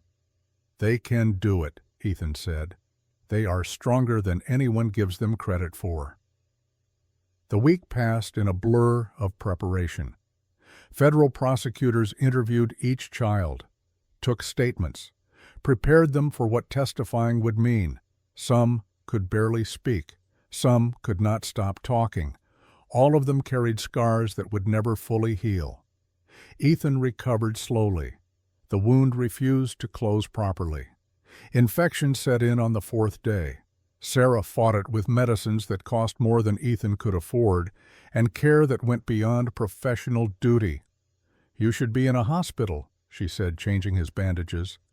Cannot leave them. They will be fine without you for a few days. I promised I would not leave. He winced as she cleaned the wound. I break that promise and they will never trust me again. She looked at him with those knowing eyes. You really see them as your children now, don't you? Did he 6 strangers who had wandered into his life because he happened to be riding the fence line that day, who happened to hear a scream, who happened to not be dead himself? Yes, he said, I do. The hearing was set for December 28th, 5 days before the new year. Ethan could walk now, though not without pain. He dressed in his best clothes, the suit he had worn to Sarah's funeral, black and somber and appropriate for what was coming. The children dressed too, Lucy in a dress that had belonged to Sarah's daughter, too big but serviceable. Noah in clothes donated by townspeople who had heard the story. All of them scrubbed clean hair, combed, looking almost normal except for the eyes. Those eyes that had seen too much. They rode to Kalispell in 2 wagons. Garrett drove the first, Ethan the second despite Sarah's protests. The children were quiet. Even Sophia, who usually chattered constantly, sat in silence. The courthouse was packed. News had spread. People wanted to see the man who had enslaved children, wanted to see justice done, or wanted to see the system fail again. Hard to tell which. Victor Crane sat at the defendant's table in an expensive suit. Clean, composed, every inch the respectable businessman. He looked at the children as they filed in, smiled at Lucy specifically, a smile that said, I still own you, and we both know it. The judge was a man named Mercer, 60 years old, gray beard, eyes that gave nothing away. He banged his gavel, and the room fell silent. We are here to review the charges against Mr. Victor Crane, trafficking, fraud, conspiracy to commit murder. These are serious allegations. Crane's lawyer stood, a tall man with silver hair and a voice like honey. Your Honor, my client maintains his innocence. The so-called evidence was obtained through an illegal raid on his property. The children in question were legally contracted laborers whose rights were violated by overzealous law enforcement. The children were slaves, Garrett said. They were employees fulfilling contractual obligations entered into by their legal guardians. Montana law is quite clear on this matter. The judge looked at the stack of documents, Marcus's ledgers, the death certificates, the contracts with forged signatures, evidence that should have been damning. I will review these in chambers. Court is adjourned until tomorrow morning. The next day, Judge Mercer announced his decision. While the treatment of these children appears to have been less than ideal, I find insufficient evidence of criminal intent. The contracts, while irregular, appear to have been executed in good faith. Mr. Crane is hereby released on bail pending a full trial. The courtroom erupted. Garrett was on his feet protesting. The federal prosecutor argued, but it was done. Victor Crane walked out of the courthouse a free man. That night, Ethan sat on the porch with his rifle, watching, waiting, knowing what was coming. The attack came at midnight. Not 8 men this time, not 10. 20 riders, maybe more, surrounding the ranch, torches lighting up the darkness. Victor Crane at their head, no longer playing the civilized businessman. His voice carried across the snow. "You took what is mine, Mr. Wade. Now I am taking it back. Send out the children, and I will let you live. Refuse, and I will burn this place to the ground with all of you inside." Ethan looked back through the window. 34 children watching. Lucy with her poker. Noah with a rifle he had been taught to use for signaling but had never fired in anger. Sarah standing with them, ready to fight or die. "No," Ethan called back. "You want them, you come through me." Crane's laugh echoed across the valley. "So be it." The siege had begun. The siege lasted 3 days. 20 men surrounded the ranch in shifts, never attacking, just waiting, wearing them down. Victor Crane sat on his black horse at the edge of rifle range and watched like a man who had all the time in the world. Because he did. Ethan and the children did not. Food was running low. Water had to be rationed. The cold crept through the walls that had never been built to withstand this kind of sustained occupation. 34 children huddled together for warmth. Some coughed, some cried quietly when they thought no one could hear. All of them were scared. On the second day, Oliver's fever came back. Not as bad as before, but enough to make him delirious. He called out for his mother in his sleep, asked her why she had left him, begged her to come back. Sarah did what she could with the limited medicine they had. Kept him hydrated, kept him warm. But her face told Ethan what she could not say aloud. The boy needed a real hospital, real treatment, things they could not provide while trapped in their own home. Lucy sat beside Oliver's bed and told him stories, made up elaborate tales about brave knights and magical forests and happy endings that seemed impossible now. Her voice never wavered, even though her hands shook. Noah took up position by the front window. Had not moved in 6 hours except to use the chamber pot. His rifle was loaded. His finger rested near the trigger. 10 years old and preparing to kill again if necessary. Emma drew, always drew, pictures of the men outside, the horses, the torches, creating a record of their captivity in charcoal and paper because words had failed her before and might fail her again. Sophia tried to keep the younger children calm, sang songs in a voice that cracked from fear but never stopped. Daniel stayed close to Ethan, silent as always. Those enormous brown eyes watching everything and saying nothing.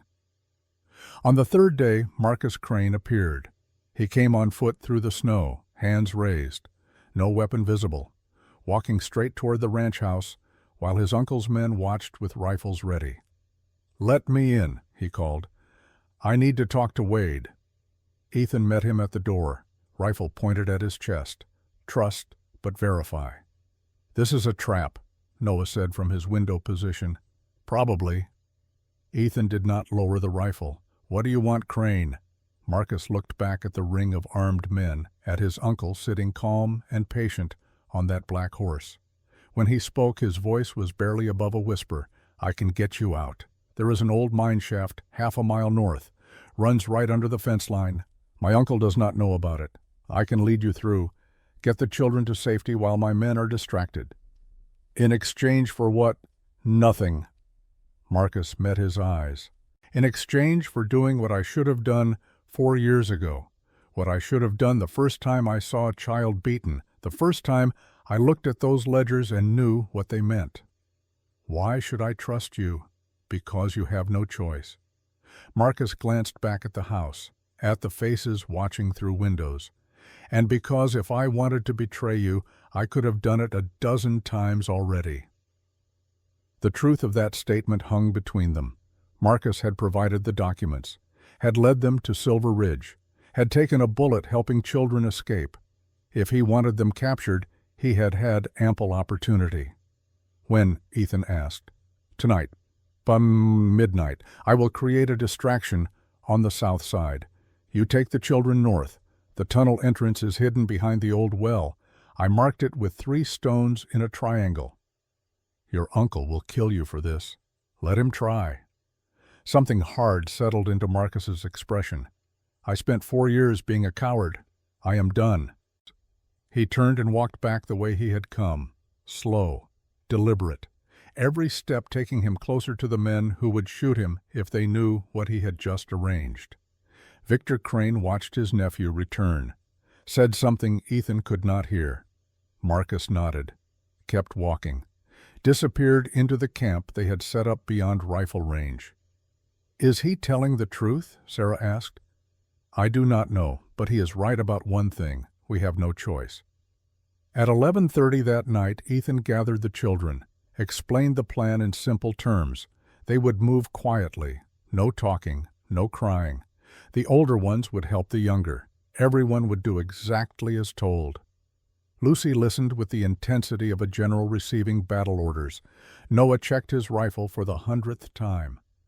Emma folded her drawings carefully and tucked them inside her coat. Sophia held Daniel's hand and whispered that it would be an adventure. Midnight came. From the south side of the camp, gunfire erupted. Shouts. The sound of horses panicking. Marcus had kept his word. "Now," Ethan said. They moved as one. 34 children and 3 adults flowing through the back door and into the frozen darkness. The old well was where Marcus said it would be, 3 stones arranged in a triangle. And beneath them, hidden under rotted boards, the entrance to a tunnel that smelled of earth and time and possibility. Ethan went first, tested the air, the structure, made sure it would not collapse on the children following behind. Then he waved them forward. One by one they descended, Lucy helping the smallest, Noah bringing up the rear, Sarah in the middle ensuring no one got separated or left behind. The tunnel was narrow, cold, the kind of space that made breathing feel difficult even when there was plenty of air. They moved in single file, hands on the shoulders of the person in front, trusting, hoping, praying that Marcus had not led them into a tomb. After what felt like hours, but was probably 20 minutes, they emerged. The north side of the property, free of the siege, the mountains rising dark against a sky full of stars. "Keep moving," Ethan whispered. "Do not stop until we reach town." They had gone maybe half a mile when the screaming started. Not a child's scream, a man's. Coming from behind them, from the direction of the ranch. Ethan knew that voice. Marcus. Through the darkness he could see torches, men running, and in the center of it all Victor Crane dragging his nephew by the hair, shouting accusations, demanding answers. "He found out," Sarah breathed.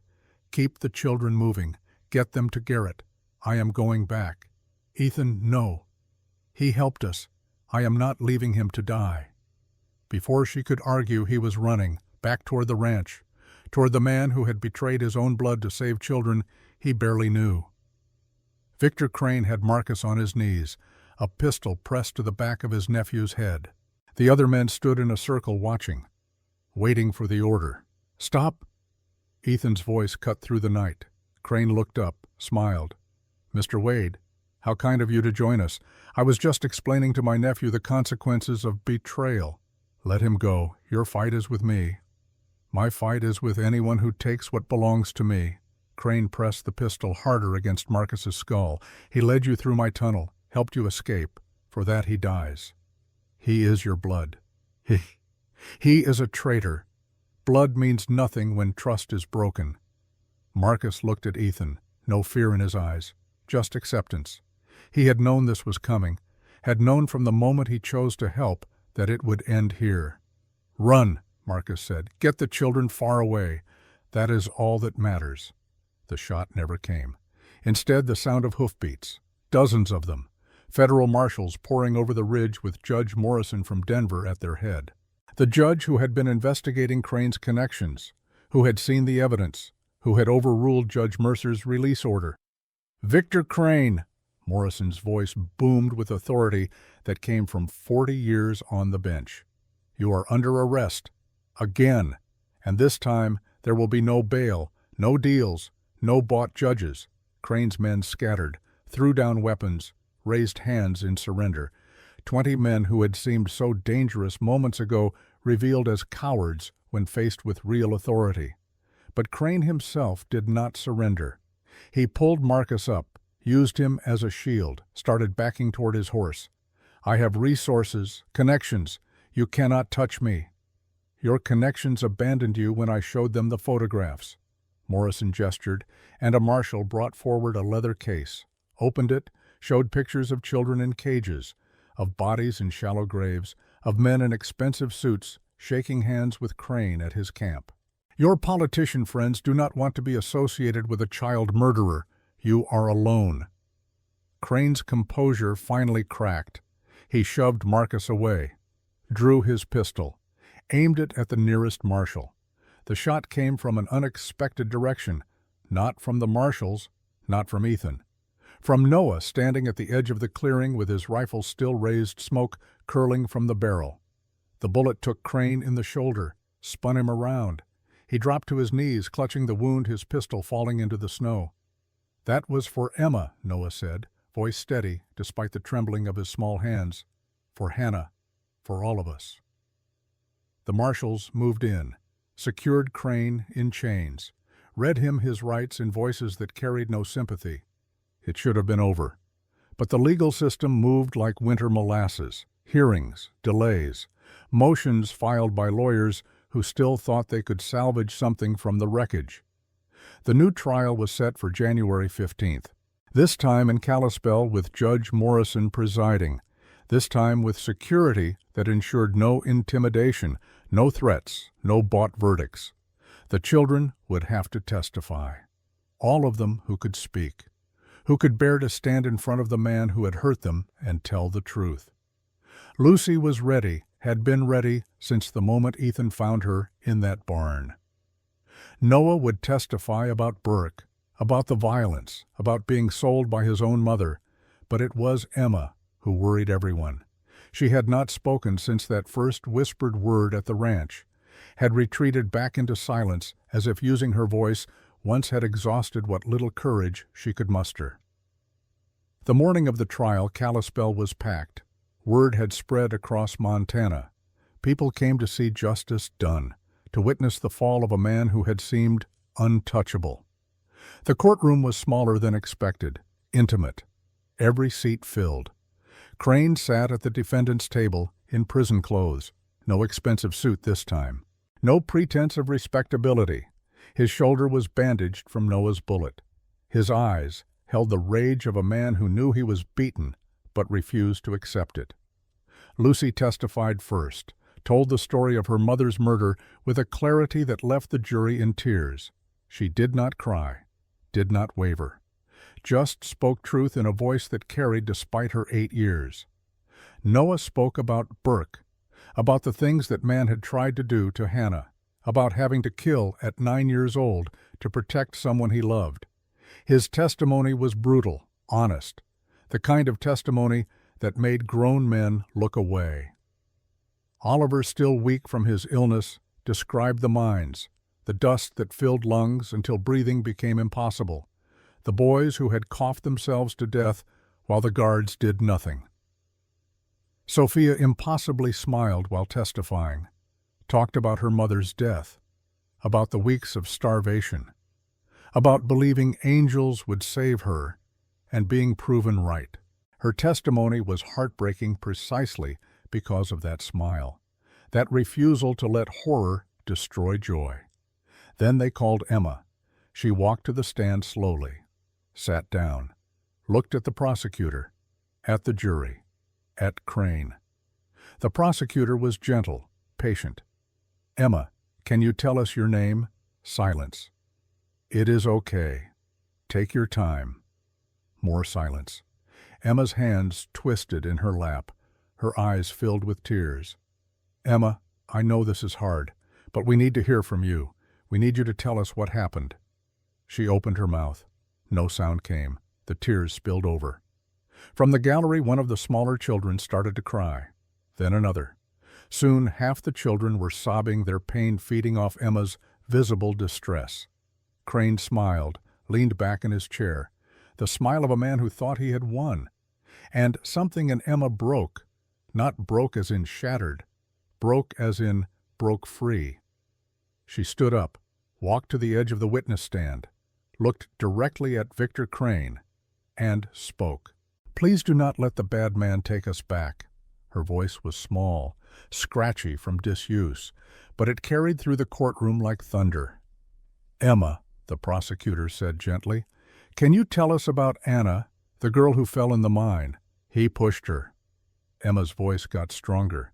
"Everyone said it was an accident. But I saw she was sick, slowing down production. He said she was worthless.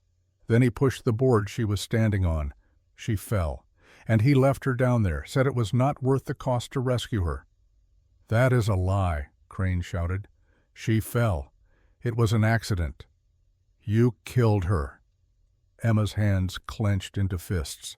"You killed Anna. You killed Thomas's brother. You killed Sarah and Michael and Christopher. I know their names. All 19. I drew their faces so nobody would forget." She pulled out her sketches, unfolded them, showed portraits of children who were gone, each one labeled with a name, an age, a manner of death. The jury looked at those drawings, at the faces of children who had died in a mine that never should have existed, at the careful detail that proved Emma had known them, had remembered them, had honored them the only way she could. I stopped talking because talking did not help. Emma looked at the jury now. "But Mr. Wade said the truth matters. He said speaking up matters, so I am speaking." She turned back to Crane. No fear now, just righteous anger. "You do not own me.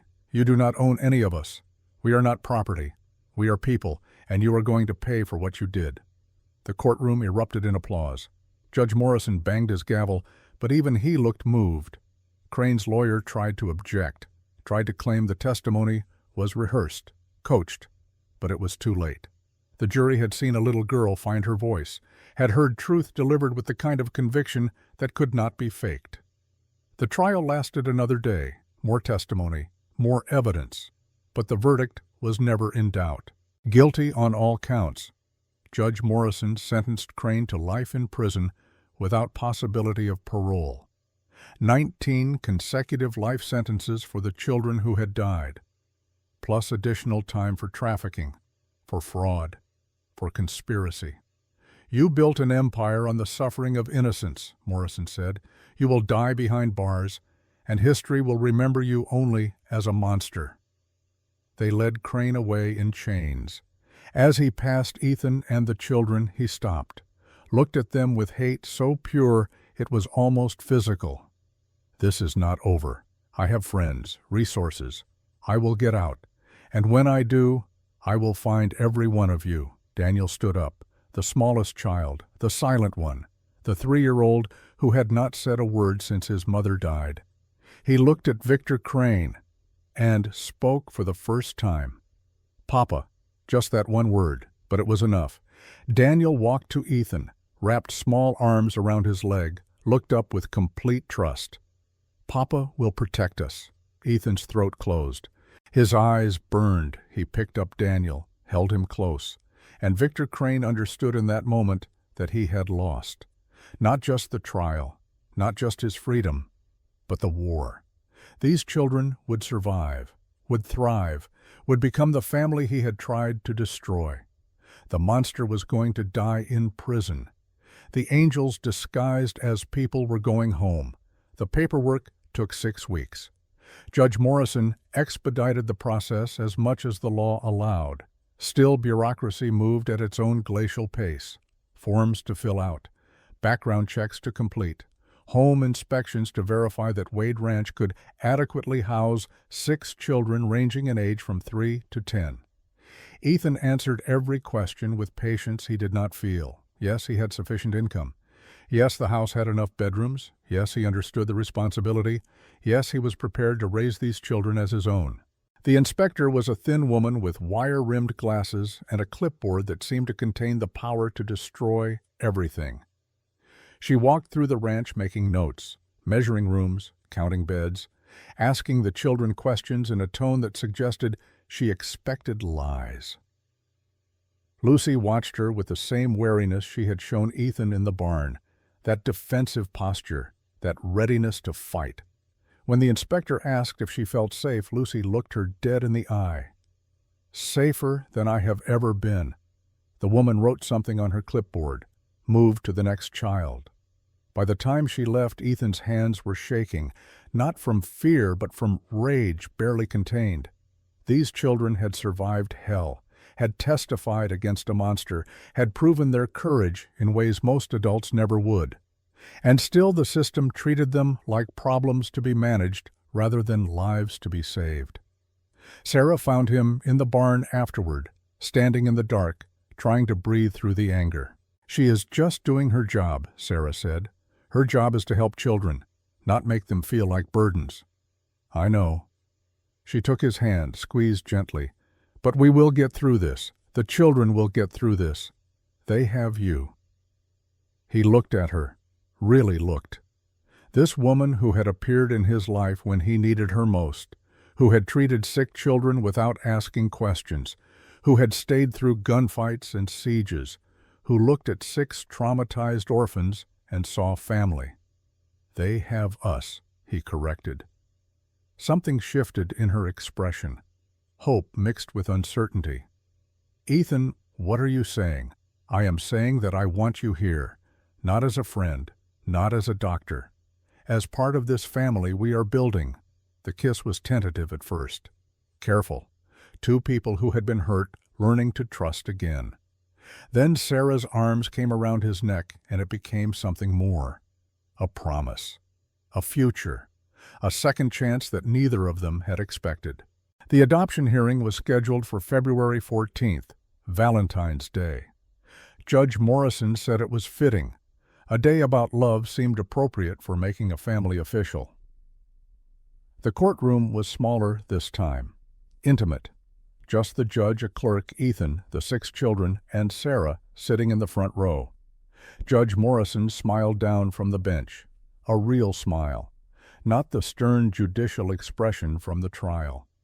"We are here to finalize the adoption of 6 children by Ethan Michael Wade. This is my favorite part of being a judge, watching families form, watching love create bonds stronger than blood." He called each child forward individually, made it personal, made it matter. Lucy came first, stood before the bench with her chin raised, still fierce, still ready to fight. "Lucy May Bennett," the judge said, "do you want Mr. Wade to be your father?" "He already is." Her voice was clear, certain. "This just makes it official." "And do you understand that adoption is permanent? That you will be his daughter in every legal sense?" "I understand, and I want it." Judge Morrison signed the papers. "Then by the power vested in me, I declare you Lucy May Wade. Welcome to your family." Lucy did not cry, just nodded once, and walked back to where Ethan stood. But when she passed him, she reached out, took his hand, held it tight. Noah came next, the boy who had killed to protect, who had stood guard every night, who carried burdens no 10-year-old should know. "Noah James Carter," the judge said. "You have been through more than most men twice your age. You have protected your family with courage that deserves medals. Do you want Mr. Wade to be your father?" "I never had a last name I was proud of." Noah's voice was steady. "Carter was my mother's name, the woman who sold me. I would like a new one that means something." "Then you shall have it. Noah James Wade." May you carry that name with the same courage you have shown us all." The papers were signed. Noah turned to Ethan, did not take his hand. Instead, he stood at attention, saluted, like a soldier acknowledging his commander. Ethan returned the salute, then pulled the boy into a hug, felt small shoulders shake as Noah finally let himself be a child who did not have to be strong every second. Emma was called, the silent artist who had found her voice when it mattered most. She approached the bench clutching her drawings. "Emma Rose Walsh," Judge Morrison said gently, "I saw what you did at the trial. How brave you were. You spoke for children who cannot speak for themselves. Do you want Mr. Wade to be your father?" Emma nodded. Then in that small, scratchy voice that was still learning to work again, she whispered, "I have a family again." "You do indeed, Emma Rose Wade. May you always use your voice and your art to tell the truth." She showed the judge her latest drawing, the ranch, the house, 7 figures standing together under a sky full of stars. He looked at it for a long moment, wiped his eyes. "Beautiful," he said. "Just beautiful." Oliver came forward, still thin but no longer fevered. The cough was gone. Color had returned to his cheeks. He looked at Ethan with complete trust. "Oliver Michael Hayes," the judge said, "I understand you have been very sick. How are you feeling?" "Better." Oliver smiled. "Papa has been taking care of me, him and Miss Sarah." The use of the word Papa was unconscious, natural, as if it had always been that way. "Mr. Wade asked that your middle name be Michael, in honor of his son who passed away. Is that acceptable to you?" Oliver's eyes went wide. He looked at Ethan, understanding what that meant. The honor of carrying a name that belonged to a child who had been loved and lost. "Yes, sir. I would be proud." "Then you are Oliver Michael Wade. May you grow strong and healthy and know you are loved." Sophia bounced to the bench, literally bounced, the only child who seemed to view this as celebration rather than solemn ceremony. "Sophia Grace Martinez," the judge said, fighting a smile. "You seem happy." "My mama said angels would find me." Sophia's grin could have lit the courthouse. She was right. Mr. Wade is an angel disguised as a cowboy. The courtroom erupted in gentle laughter. Even the clerk wiped away tears. "Well, I am not sure about the angel part, but I am certain about the love. Sophia Grace Wade, may you always keep that beautiful smile." She ran back to Ethan, jumped into his arms, kissed his cheek. "Thank you, Daddy. Thank you, thank you, thank you." Finally Daniel, the youngest, the silent one who had spoken only once, the 3-year-old with enormous brown eyes who had known nothing but loss until Ethan appeared. Judge Morrison came down from the bench, knelt to Daniel's level. "Daniel Kim, do you understand what is happening today?" Daniel looked at the judge, at Ethan, back to the judge. Then in that small, tentative voice he said the only word that mattered. "Papa, that is right. Mr. Wade is your papa now. How would you like a new middle name? We could call you Daniel Ethan Wade. Would you like that?" Daniel nodded, reached for Ethan. "Then it is done." Judge Morrison signed the final paper, stood, banged his gavel with authority and joy. "By the power vested in me by the territory of Montana, I declare these 6 children legally adopted by Ethan Michael Wade. You are a family. May God bless you all." The crying started then, not sad tears, relief, joy, the overwhelming emotion of permanence after so much uncertainty. Lucy cried silently. Noah cried openly. Emma cried while clutching her drawings. Sophia cried while laughing. Even Daniel's eyes filled with tears he did not understand. And Ethan, who had not cried in 4 years, who had survived war and death and grief without shedding a tear, stood in that courtroom holding 6 children and wept like his heart was breaking open. Sarah joined them, wrapped her arms around all of them, made the circle complete. They were a family. Broken pieces that had found each other and formed something whole. The first year was not easy, Nightmares plagued all of them. Lucy woke screaming about her mother. Noah thrashed in his sleep, fighting invisible enemies. Emma sometimes retreated into silence for days. Oliver's cough returned with stress. Sophia's smile faltered when thunder reminded her of gunshots. Daniel clung to Ethan like a bird terrified of being left alone, but they worked through it. Together. Ethan learned patience he never knew he possessed. How to comfort without smothering. How to discipline with love. How to be present for 6 different children with 6 different needs. Sarah became a permanent fixture. Married Ethan in a small ceremony in June with the children as witnesses. She wore white. He wore his best suit. Lucy and Emma were flower girls. Noah was best man. Sophia sang. Daniel held the rings. The ranch transformed. What had been a tomb of memory became a living, breathing home. Children's laughter replaced silence. Drawings covered walls. Toys appeared in corners. The smell of baking bread and fresh laundry drove out the mustiness of grief. Lucy discovered books, read everything she could find, talked about becoming a lawyer someday, fighting for children who had no one to fight for them. Noah found peace in hard work, helped Ethan repair the ranch, learned carpentry and animal husbandry, talked less about the past, smiled more. Emma's art evolved, from dark portraits of trauma to bright landscapes of hope.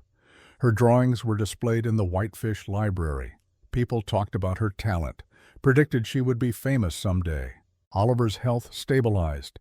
He put on weight, grew strong, spent hours in the barn with the animals, announced his intention to become a veterinarian, to help creatures who could not help themselves. Sophia started school, excelled immediately, made friends, brought home stray children the way others brought home stray dogs. Any kid who looked lonely or hurt or scared found their way to the Wade Ranch and Sophia's unlimited compassion. Daniel learned to talk, real sentences, complete thoughts. He would never be verbose, but he communicated. And every night before bed he said the same 3 words to Ethan, "Love you, Papa." 3 words that healed wounds Ethan had thought were permanent. They started a foundation, the Second Family Fund, using money from donations and Sarah's inheritance, helping other children escape trafficking, funding rescues, providing legal support, housing survivors. Marcus Crane ran it. His redemption made real through action. He never married, never had children of his own, but he helped save hundreds. And that, he said, was enough. The years passed. 1890. Lucy at 13 was already winning debate competitions, reading law books, fierce as ever, but channeling that ferocity into justice. 1891. Noah at 19 joined the Army, not to fight but to serve. Wrote letters home every week, came back after 4 years with medals and maturity. 1892. Emma's first gallery show in Denver. Her paintings of Montana's beauty drew crowds and critical acclaim. She donated half the proceeds to the foundation. 1893. Oliver graduated veterinary school top of his class, returned to Montana, opened a practice in Kalispell, treated animals and people with equal compassion. 1894. Sophia became a teacher, elementary school in Whitefish, known for taking in troubled children, for seeing potential where others saw problems. Daniel, the silent one, surprised everyone by becoming a social worker, using his understanding of trauma to help others who could not speak for themselves. And through it all, Ethan and Sarah grew old together. Gray hair replaced brown. Lines deepened around eyes that had seen too much and somehow found joy anyway. They sat on the porch on summer evenings and watched grandchildren play in the yard where their parents had once been rescued. The epilogue came in December 1911. 26 years after a scream in a blizzard changed everything.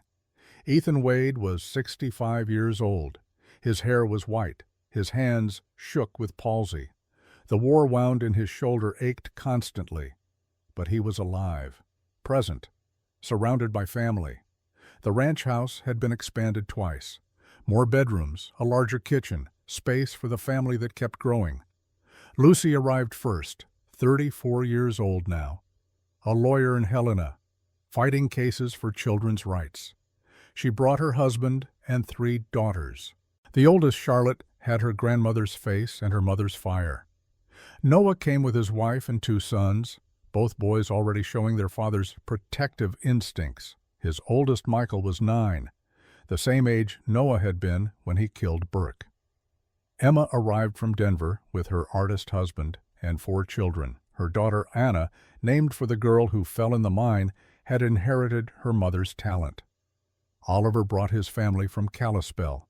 His son Benjamin wanted to be a veterinarian like his father. His daughter Lily, named for Ethan's first daughter, had Sarah's gentle compassion. Sophia came with her teacher husband and 5 children she had adopted from difficult situations, always expanding her heart, always making room for one more. Daniel arrived last, still quiet, still thoughtful, with his wife and twin daughters who talked enough for their silent father.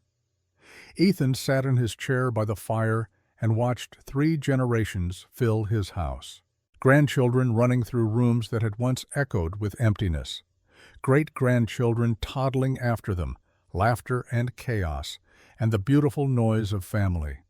Lucy found him there, sat on the arm of his chair, the way she used to when she was 8, and scared and learning to trust. "What are you thinking about, Daddy?"